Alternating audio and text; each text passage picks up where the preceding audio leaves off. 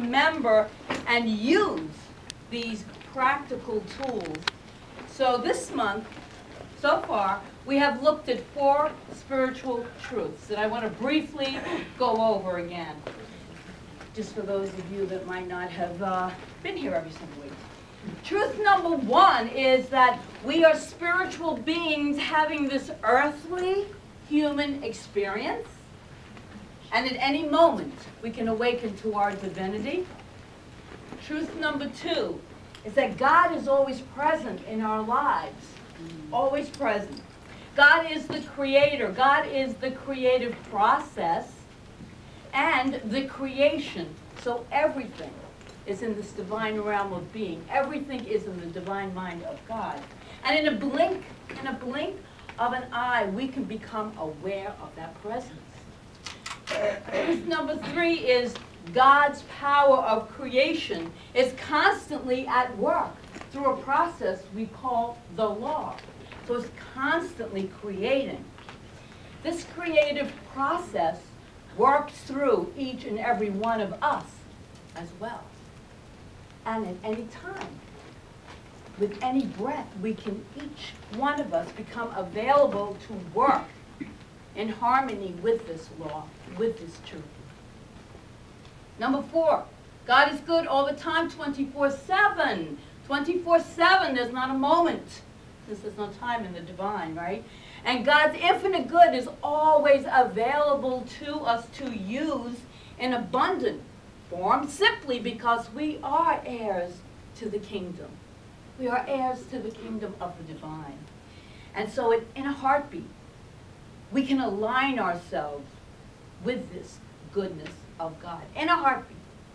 So we've spent the entire month looking at becoming awake to our divinity, aware of God's presence, available to work in harmony with the law, and aligned with God's good. And now that we've become, because we're always, remember, we're always in the state of becoming, right? We're always becoming more and more and more. We're becoming, now we must stay. That's the little catchphrase sometimes. The little catch trick part is staying. We know this stuff up here. Now we get to drop it into our heart. So I want to explore this morning 2 ways to help us stay awake, aware, available, and aligned. And it's been said that God has dreamed a dream in us. And it's our destiny to live this dream. Each of us has within us this potentiality to live a great dream.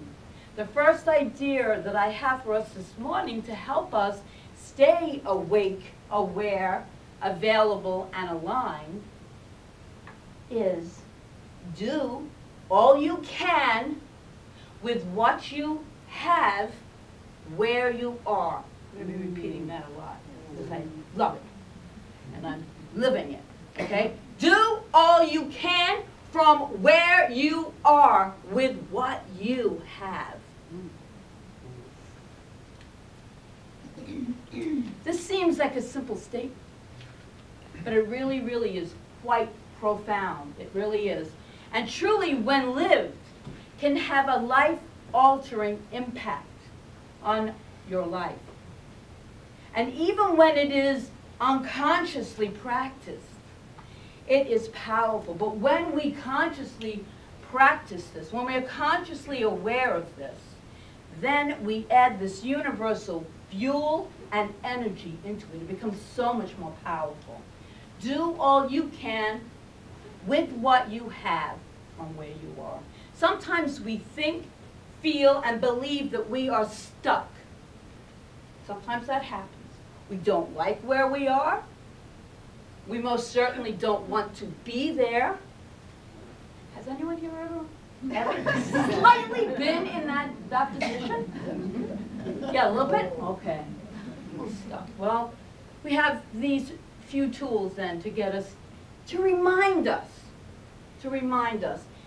there are ways of moving into the flow. And it's safe to say that when we are in that place of feeling, because we're feeling stuff, when we're not in the flow, that we are not awake to our own divinity at that moment. And we are certainly not aware of God's presence in the situation. And we most definitely are not available to work in harmony with the law. In fact, the law is working anyway, so we're not working in harmony with it. And we are not aligned with the dream that God has dreamed for each and every one of us. And we think sometimes, when I get out of this, then I'll start showing up just right. As soon as this passes, everything will just unfold in perfection in my life. That's when I'll be fully present, when this whole thing clears up, when I'm not stuck anymore. And we might say, let me get all my ducks in a row. I don't usually say that, but let me get all my ducks in a row. And things will then turn around for me. We might have it a little backwards. But just think about that ducks in a row statement. Imagine a mother duck with all of her ducklings around her. The ducklings are crowded around her and are on the side of the road, and she is trying desperately to get them in a line so she can cross the street. What do you think you have with this mother duck running around trying to get all of her ducklings in a row? You have duck chaos. She doesn't do that, right? Ducks don't do that. So she doesn't spend, I like duck chaos. Anyone ever have duck chaos? She doesn't spend one moment trying to get them in a row. She simply crosses the street and the ducklings just follow her naturally. Okay, she's not forcing it. And that's what the statement, do all you can with what you have from where you are, that's what it implies. That's what it implies. Begin it and then do your best. You can't do any more than that, remember that. Even if it isn't exactly what you might want at the time. Doing your best from where you are with what you have. It's the start. It's the start. The second part, I found a great reading to go with that, so we'll get into the second part in a minute. This is from The Science of Getting Rich, which we're using in our Prosperity Plus class from Wallace Wattles. And he writes, hold the vision of yourself in the job, and you can change job to relationship or health or anything else that you would like to put in there. He uses job. Okay, so hold your vision of yourself in the job while you act with faith and purpose in the job that you already have, and you will certainly get the job you want. Your vision and faith, he writes, will set the creative force in motion and bring it toward you. And your action will cause the forces in your own environment to move you toward the place you want. Remember, he says, that successful action is cumulative in its results. Since the desire for more life is inherent in all things, when a man begins to move toward larger life, more things attach themselves to him. And the influence of his desire is multiplied. And I like this part. Do every day, he writes, all that you can do that day, and do each act in an efficient manner. He wrote that book over 100 years ago. It's just phenomenal. It's a small little book, and it's just The Science of Getting Rich. Great little book. What Wattles is saying is begin right where you are. You can't wait for something to pass and then begin it. You must begin it now, right where you are. No matter how uncomfortable it is, align. Align yourself with that infinite good. And doing your best is the fourth agreement. We just finished the Four Agreements class. It's based on the Four Agreements book by Don Miguel Ruiz. And doing your best, the fourth agreement, is the action. That's the action agreement. It makes all the other three agreements work. So we can't do any more, shouldn't be doing any more, or any less than your very best, right where you are, whatever the situation is. Goethe wrote, "Whatever you can do or dream you can, now begin it. Boldness has genius, magic, and power to it." I think you're tired of hearing it. And then Vince Lombardi said, "The quality of a man's life is in direct proportion to his commitment to excellence, regardless of his chosen field of endeavor." Whatever you are doing, do it fully, bringing your full heart, your full passion to it. And the universe will respond. It has to. That's the way the law works. The law, we've heard the law of attraction. There's many different aspects of that, of cause and effect. It responds to. It doesn't judge and say, well, I think I'll do this now. Well, and she's not going to get that. No, it responds to what we are thinking and feeling automatically. And the more that we're in harmony with ourselves, then the law will give us more of that. So that's my intention, to stay as often as possible connected to that peace and to that harmony. That is my divine truth, that I know is the divine truth of each and every one of us. So whatever you're doing, do it fully. And I love this story. I told this story before, but this is a shorter version of it. It's a reporter interviewing 3 bricklayers. Do you remember that? From a while ago in the spring, maybe. Do you remember that? Okay, good. The first bricklayer, he goes to 3 different bricklayers, and he asks them, what are you doing? And the first one says, can't you see, moron? I'm sweating in the hot sun. And the second bricklayer, the second one says, well, it's pretty obvious. I'm building a wall. And then the third bricklayer, he said, why, I am building a cathedral to God. It's all in our perception. You have 3 people doing the same exact task, job. Do it to your utmost, to the greatest that you have in you, holding your vision of what you really want at the same time. You will activate the law. You will activate it. Do all you can with what you have from where you are. The second way for us to stay aware, awake, available, and aligned is stick with it. Don't give up. Stay the course. Stay the course. So our spiritual unfoldment, because we're always unfolding. We're always unfolding. So let's unfold consciously, right? Our spiritual unfoldment is gradual, sequential, and cumulative. So we simply must stay the course. Just do it. As Reverend Jessica said in our practitioner class, surprise, on Thursday night, she said that once you become aware, and I'm paraphrasing, aware and awake to spiritual truth, you don't go backward. You do not go backward. You did say that.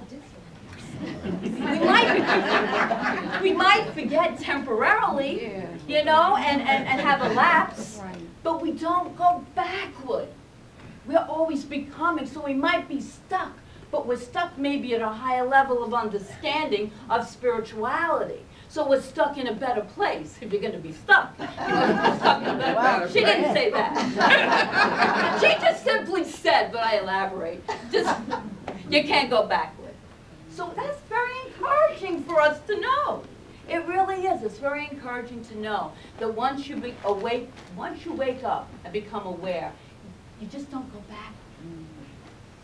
So Ernest Holmes, who's the founder of Science of Mind, religious science, writes, lessons on prosperity and mental control of conditions are sometimes dangerous because of the misunderstanding of this subject.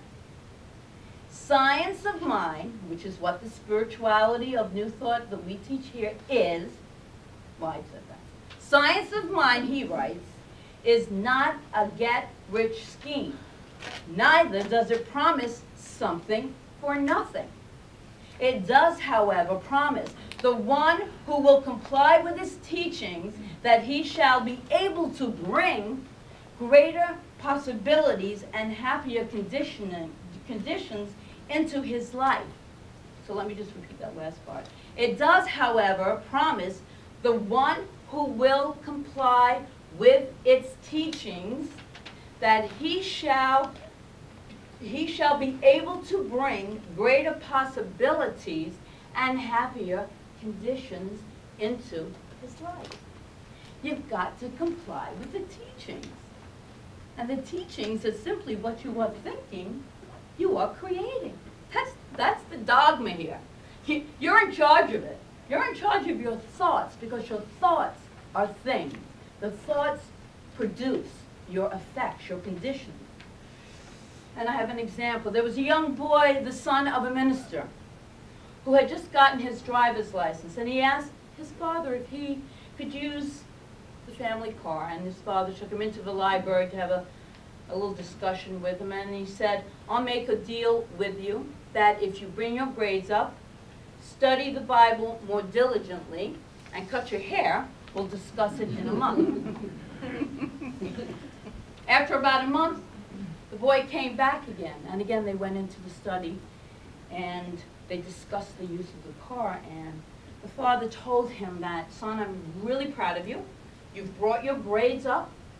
You've been really studying that Bible, but you haven't cut your hair. And the young man waited for a moment, and then he replied, you know, Dad, I've been thinking about that. And Moses had long hair. And Noah had long hair. And Samson had long hair. And even Jesus had long hair. To which the father replied, yes, this I know, son. And none of them drove a car.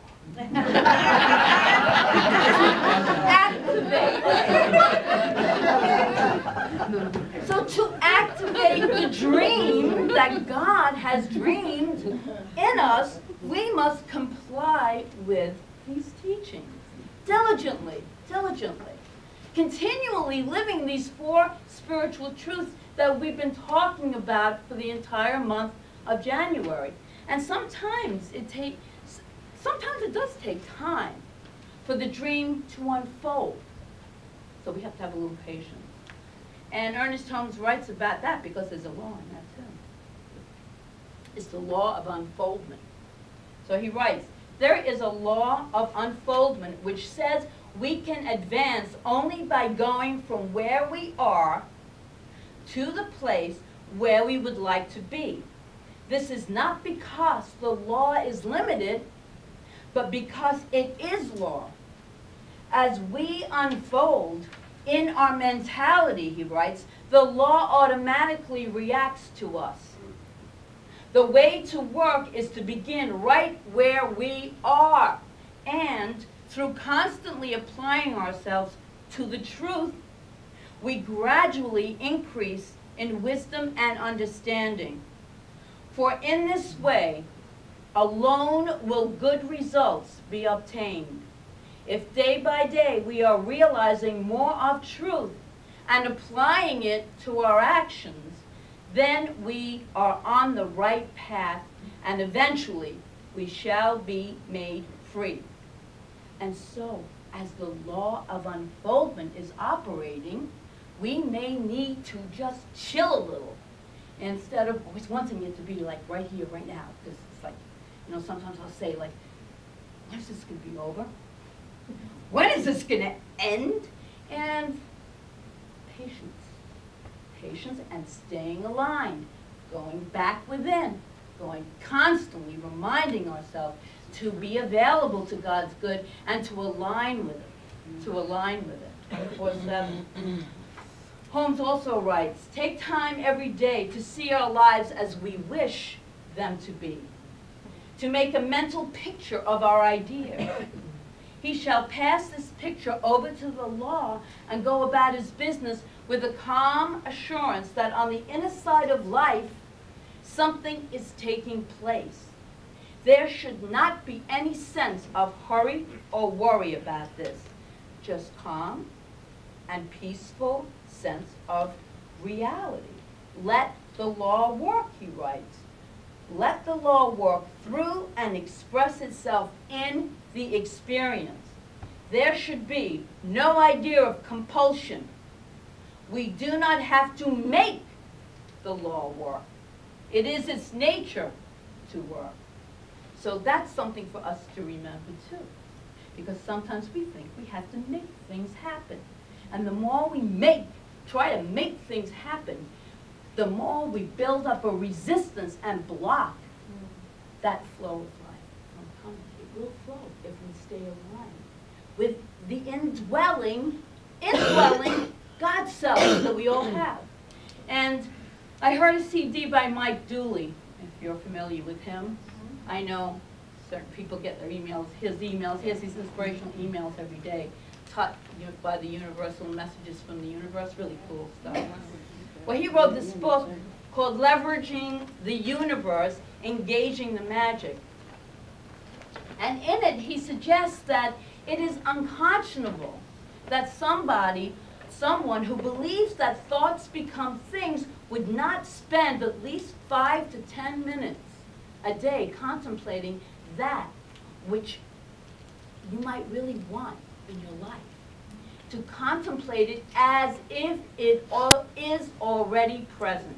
That's the little thing there, as if it's already present. Because that's what the law that we talk about is responding to. If we're waiting for things to change and pass, and then it's going to always going to be in the future. It's never going to be in the now. It's never going to be in the now. And last week at the end of the talk, we held a visioning, if you were here. And that was a series of questions, and we were visioning on what is God's highest vision or idea of my purpose, my life purpose.